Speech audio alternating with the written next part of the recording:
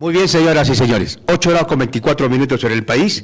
Está con nosotros el doctor en Economía, don Alejandro Chávez Medrano. Él es decano del Colegio de Economistas del Perú, Consejo Regional de Arequipa, y también vicedecano nacional a nivel sur del país de esta orden profesional. ¿Cómo está, doctor? Buenos días. Muy buenos días, Antonio. Buenos días a Radio Universidad y TV UNSA. Y bueno, y agradecido por la invitación. Antes le pido un comentario. El Ministerio de Desarrollo Agrario y Riego ha declarado el segundo domingo del mes de septiembre de cada año como el Día Nacional del Pan con Chicharrón de Cerdo en el país. ¿Qué impresión le merece, por favor? Es parte también de la reactivación económica, ¿no? Pues sí, definitivamente. Aunque a veces hay sectores un tanto extremos que no comulgan con estas situaciones, pero creo que todos los peruanos debemos de sentirnos orgullosos. Finalmente, vender lo que produce Perú, nuestras costumbres, nuestras culturas, creo que son bienvenidos, ¿no? Simplemente abanderamos finalmente cierta ventaja en temas de gastronomía. Y ahora último, que si bien ha sido hecho por un influencer conocido, que es español Ibai, definitivamente ha congregado, y es más, ha impulsado el consumo de este producto nuevamente, que ya se hacía de hecho, en los mismos peruanos. O sea, hay una demanda interna creciente, que ha movido finalmente otra vez dentro del menú, dentro del desayuno peruano de los negocios, y definitivamente eso le da mayor alcance y movimiento a nuestra economía, y la curiosidad y de la llegada del extranjero que también desea probar en Perú el propio pan con chicharrón. ¿A usted le apetece el pan con chicharrón? Sí, por supuesto que sí, cuando tengo la oportunidad como buen peruano, de hecho se que nos abre el apetito, ¿no? Por supuesto, y ahora mismo. Muy bien. La economía peruana se desacelera en julio o alcanza otros niveles. Se habla, por ejemplo, de 3,41%, doctor. A comienzo de año, que es difícil hacer un pronóstico a inicio, y ahora estamos ya pasando con miras a llegar al final, sí, podría ser, se creía casi improbable llegar de repente a un 3,5% de crecimiento anual, pero creo que con el avance que tenemos, con una balanza comercial bastante positiva, con términos de intercambio favorables, es decir, la coyuntura internacional, en términos de los precios, para ser más claros, de los productos que exportamos, básicamente lo del cobre, nos han ayudado enormemente. Entonces, en ese sentido, el sector vino a tener un gran crecimiento, y eso obviamente tiene un efecto multiplicador en la economía peruana. Nos está ayudando. Al margen de los temas que son de carácter político, creo que nosotros siempre hemos sido bendecidos por nuestros recursos naturales y por la demanda que tienen a nivel internacional. Ahora, se habla de una fórmula importante, la inversión privada y el gasto interno. ¿Es una fórmula que ha determinado este crecimiento, doctor, o no? Sí, creo más bien que nosotros deberíamos aprovechar las ventajas que tenemos, ¿no? Entonces, si bien es cierto, ahorita en el 2023 estábamos en recesión, imagínense, ya nos hemos olvidado rápidamente. Hemos estado en un crecimiento negativo, y hoy estamos a nivel de Latinoamérica con un crecimiento bastante sostenido. Y obviamente eso también impulsa la demanda interna, ¿no? Que es básicamente lo que es consumo privado, inversión privada. Entonces también ha habido un mejoramiento en ese sentido, ¿no? Inclusive la expectativa, que es una variable que tiene que ver con el crecimiento económico, que fue a nivel de Perú una mejora en lo que son los índices de pobreza, pero que lamentablemente a nivel, no podemos decir, a nivel Arequipa nos tocó el reverso, como una excepción de todo el nacional. A nivel Perú, digamos que se sintió una mejora, ¿no? Creo que esas son las, digamos, gracias de un crecimiento económico. ¿Hubo mejor recaudación? ¿Mejores impuestos? ¿Cómo ve esta situación? Ha existido un mejoramiento, sin embargo, el problema persiste. Si nosotros comparamos, o sea, el progreso histórico, digamos, obviamente nos hemos recuperado, ¿no? Porque la economía también se ha recuperado de alguna manera. Lamentablemente el problema persiste, ¿no? O sea, de estar en momentos de un 70% de informalidad a un 80% que ya se viene ahora especulando en la cual está la economía peruana, lamentablemente dice mucho que desear de los órganos o de las instituciones que corresponden la recaudación tributaria. Y por cierto, no hay forma, ¿no?, de cómo, no hay forma en el sentido de que no se trata el tema de cómo es que podemos ampliar esta frontera de recaudación. Es importante la recaudación tributaria de cualquier país del mundo porque con ella se hace política económica, ¿no? Entonces, para poder redistribuir los ingresos, pero si esto no se llevan a cabo, entonces te da poco margen para cualquier gobierno para realizar cualquier mejora que necesita definitivamente el país. Y tiene una relación colateral, ¿no?, con esto de las importaciones, ¿no?, que también ayuda a la mejor economía. Las importaciones a veces son vistas como malas y las exportaciones como buenas, pero ambas, tanto exportación como importación, son buenas, porque cualquier país del mundo no produce todo. Entonces, como no producimos todo, tenemos que importar. Entonces, importamos lo que no tenemos, importamos lo que no producimos. Entonces, si no importáramos, entonces estaríamos de repente, como en algunos momentos de los años 80, en el rezago, viviendo con lo que tenemos, y a veces lo que producimos como país es poco. En este instante, las importaciones han tomado, así como las exportaciones, sobre todo el sector minero, han tenido un bastante repunte. Y mire, le voy a decir, Antonio, que el crecimiento de exportación a veces no es simétrico, o sea, no todos van en la misma línea. El crecimiento, por ejemplo, del sector exportador minero podría hacerle daño al otro sector exportador, por ejemplo, de lanas, claro, o de telas. ¿Por qué? Porque ahorita mismo vivimos un ambiente, por ejemplo, de caída del precio del dólar, pero al exportador minero no le importa, porque él está ganando por volumen. Claro. Pero el exportador de lana, por ejemplo, él sí depende del tipo de cambio, y como el precio del dólar está que se nos cae, entonces ellos están recibiendo, entre comillas, menos dinero. Están perdiendo. Está perdiendo, exacto. Eso por el lado. Ahora, por el lado del importador, en este momento están en su boom, porque un importador le cuesta comprar del exterior súper barato. A nosotros los peruanos es un momento propicio, ¿no?, para toda dimensión de importador comprar. El dólar está barato, entonces puedes traer más productos, o puedes traer el mismo producto gastando menos soles. El caso de Bolivia, por ejemplo, ¿no? El caso de Bolivia, bueno, ahí es otra situación. Ellos ya están en una situación económica. Desde lo económico están mal. El nivel de reservas internacionales netas, RIN, están prácticamente en cero. No tienen dinero, no tienen cómo ampararse, no hay un respaldo que tiene monetario, ni financiero, ni productivo. Ellos se han apuntado a nosotros, al sol peruano, en refugiarse. Y mire usted, Antonio, que hoy en día prácticamente la valorización entre un sol y un boliviano es más o menos de 5-1. Lo que antes era de 3-1 hemos logrado, claro. O sea, mejor dicho, ¿no?, para un peruano que se vaya a Bolivia, con un sol, 5 bolivianos, ¿no? Le sale barato, le sale súper barato estar en Bolivia, ¿no? Ahora, ¿qué pasa con los aranceles? Aranceles, por ejemplo, quienes son beneficiados, pues un grupo de agroexportadores, arancel cero, ¿no? ¿Cómo interviene el arancel en la mejora de la economía nacional? Bueno, ahí hay una doble percepción también respecto al arancel, ¿no? Desde que se impuso los temas y los tantos tratados de libre comercio que obviamente ha firmado Perú, es obviamente para los que no de repente tienen la curiosidad, ¿no?, el punto central de los tratados de libre comercio es prácticamente la inexistencia de aranceles. Es decir, entre los países que firman no se cobran mutuamente ningún tipo de impuestos, digamos, tanto exportación como importación. Los impuestos ya vienen al interior de cada país. Ahí hay que saber, ¿no?, también con quién negociamos, ¿no?, porque no le vamos a firmar pues un tratado de libre comercio a un país que no le compramos nada y que ellos sí nos compran. Entonces, creo que ahí resulta la conveniencia o inconveniencia, ¿no?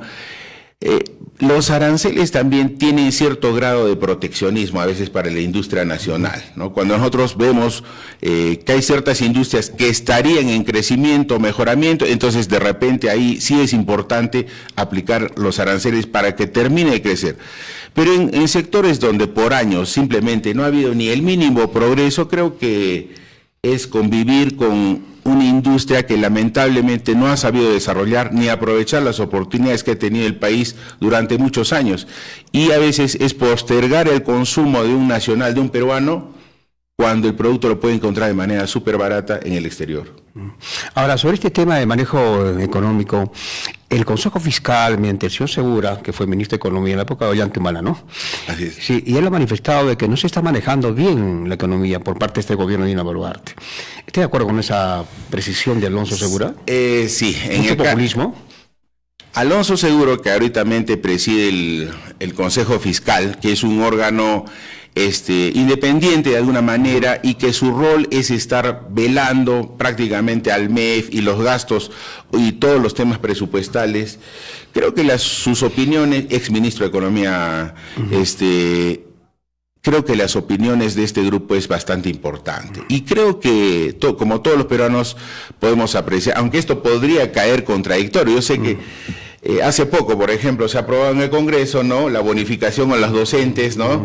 Y inmediatamente han salido algunos congresistas a echarse las urras, ¿no?, que ellos han cumplido su palabra. Bueno, a ese ritmo, cada congresista va a salir y poner pues ante el país, ¿no?, que ha cumplido y ha cumplido con aumentarle e incrementar pensiones, salarios, sueldos y todas las atenciones a todos los gremios, ¿no?, que en cierto modo podríamos no estar de acuerdo, pero el tema es sobre la sostenibilidad de estos incrementos, o estamos regresando a la época de García I, entonces que también se incrementó a todo el mundo y todos los peruanos fuimos felices cuando se anunció. El problema fue que al poco tiempo estuvimos en un descalabro financiero. Ese es el temor de lo que también manifiesta Alonso, exactamente, a través de Alonso Segura Bassi. Entonces, tiene que tenerse cuidado, tiene que haber un cuidado sobre las disposiciones que salen. Lamentablemente las disposiciones legales, las leyes que se están dando, están con miras al año 2026. O sea, campaña política. Claro, y sin un sustento económico propiamente hecho. No estamos diciendo que no se haga, pero cada proyecto debe presentarse al costado con una evaluación económico-financiera y cuánto le va a costar eso al país. Y si es que vamos a poder cumplir. En letra podemos poner, pero sin embargo muchas veces al momento de desembolsar no hay de dónde sacar, así que solo queda en el papel. Pero observamos la situación directa, el Ejecutivo con el Legislativo, creo que trabajan de la mano, ¿no? Y por eso es ese llamado de Alonso Segura. Y es más, yo recuerdo, doctor Chávez, de que el ministro de Economía y Finanzas ha hecho una denuncia para el control del Legislativo. Están haciendo lo que quieren económicamente. Hay un pedido, un llamado sobre ese tema. Así es. El presupuesto fiscal se maneja bajo ciertos parámetros. Hay ley. Entonces, que si bien es cierto y nos establece límites con respecto al Producto Bruto Interno, entonces, por eso es que se hacen las proyecciones y en base a eso se establece hasta cuánto puede ser los déficits fiscales que puede incurrir el gobierno en un año fiscal, como este año 2025. Y en lo que va del año ya hemos sobrepasado. Sí, pues. Entonces, claro, ¿cuál es la idea, no? Que en los siguientes meses se recupere o que el crecimiento económico sea mucho que estamos comprometiendo al próximo gobierno. Por supuesto. Lo que se debe ahora no necesariamente se paga ahora, ¿no? Se paga después. Y entonces empeñamos todo lo que aparentemente es beneficioso a los siguientes. Y no solo a los actuales, sino a generaciones futuras.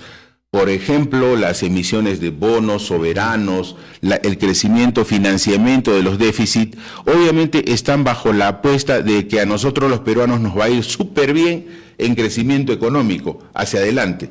Y ojalá que sea así, porque de lo contrario podríamos estar en problemas. Felizmente tenemos la suerte divina en el Perú, como le decía al inicio, como cuando me preguntaba sobre la marcha económica, sí. Vamos bien. Y ese vamos bien, de alguna manera, sostiene esos déficits. ¿Tiene que ver mucho Velarde en el manejo monetario? El rol que tiene el presidente del Banco Central de Reserva, Julio Velarde, realmente ha sido importante. Imagínese que ya estamos en 1,1% de inflación. Entonces, y ojo que la banda inflacionaria está su objetivo del Banco Central es que la banda inflacionaria esté entre 1 y 3%. Entonces, y estamos en 1,1, por debajo de la meta, imagínense. Ahora, eso también, hay dos elementos ahí, ¿no? La responsabilidad monetaria. Definitivamente Perú, y no solamente a nivel de Latinoamérica, sino a nivel del mundo, ha demostrado tener una política monetaria bastante responsable. Creo que todos los peruanos hemos sido testigos cuando a veces el ministro de Economía con el presidente del Banco Central de Reserva han tenido ciertos encuentros. Y eso dice muy bien, más que la confrontación, de la libertad que tiene el presidente del Banco Central de Reserva para imponerse y mantenerse al margen de todos los problemas políticos y tomar las decisiones más sabias frente a problemas que a veces son de carácter externo o interno. Razón por la cual, por ejemplo, ¿no? En esta semana la tasa de interés de referencia, que estaba en 4,5%, la ha bajado en 0,25%, ya estamos en 4,25%.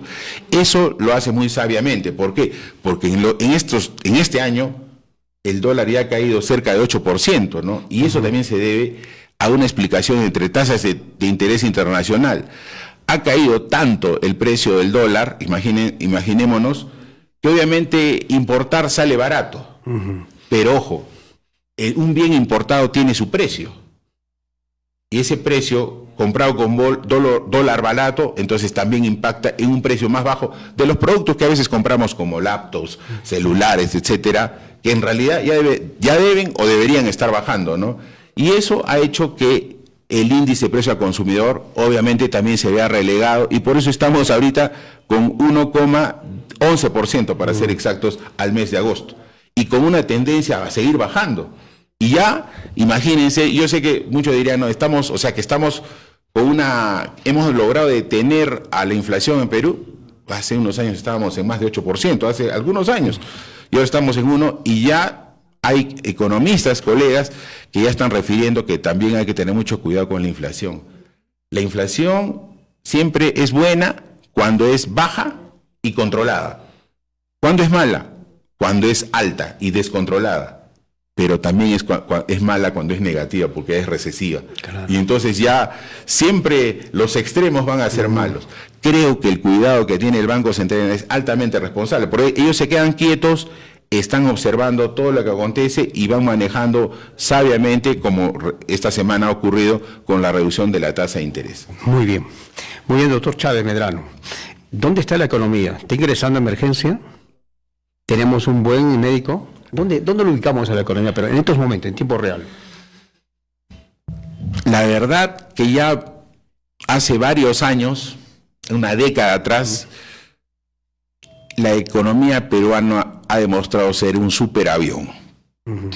Ultramoderno, y que nos ha costado en años pasados aprender. Nos hemos puesto reglas fiscales que ahora las discutimos y antes eran totalmente abiertas y por eso hacían lo que querían los gobiernos. Ahora tenemos un Consejo Fiscal que nos alerta y de alguna manera lo sostiene. Si bien es cierto, se desbandan, pero también hay un cierto límite. Tenemos un Banco Central independiente, una economía desarrollada legalmente a nivel macro para que no haya mucho desorden. Hemos construido ese avión supermoderno que a veces terminamos volando sin piloto, porque los pilotos paran cambiando constantemente, me refiero a los presidentes. Correcto. Y el avión sigue en alto por ahora, ¿no? Entonces, creo que eso es una fortaleza para todos los peruanos y de la cual nos sentimos orgullosos y esperemos que de verdad sí nos merecemos algunos cambios internamente, ¿no? Porque el motor del avión puede estar muy bien, hay que ver lo que pasa con el salón de pasajeros, de repente hay problemas ahí, y creo que sí, ¿no? Y ahí es donde nos falta echar la mirada, que todavía hay variables de carácter socioeconómica que tienen que ser atendidas. Muy bien. Doctor Chávez Medrano, le agradecemos realmente a usted la gentileza. Gracias por el optimismo, ¿eh? Muchas gracias a Radio Universidad, a TV UNSA y a usted, señor Antonio. Y el segundo el segundo domingo de septiembre es Día del Chicharrón, ¿no? Qué rico que es el chicharrón, y bueno, y creo que como peruanos estamos maravillados. Pronto nos va a llegar ya la entrega del premio de Sartén de Oro. Ajá. Que todavía no se sabe a quién se la van a entregar, ¿no? Muy bien, sí, pues. Gracias, doctor. Buenos días. Muy bien, vamos a ir a la pausa, señoras y señores, volvemos.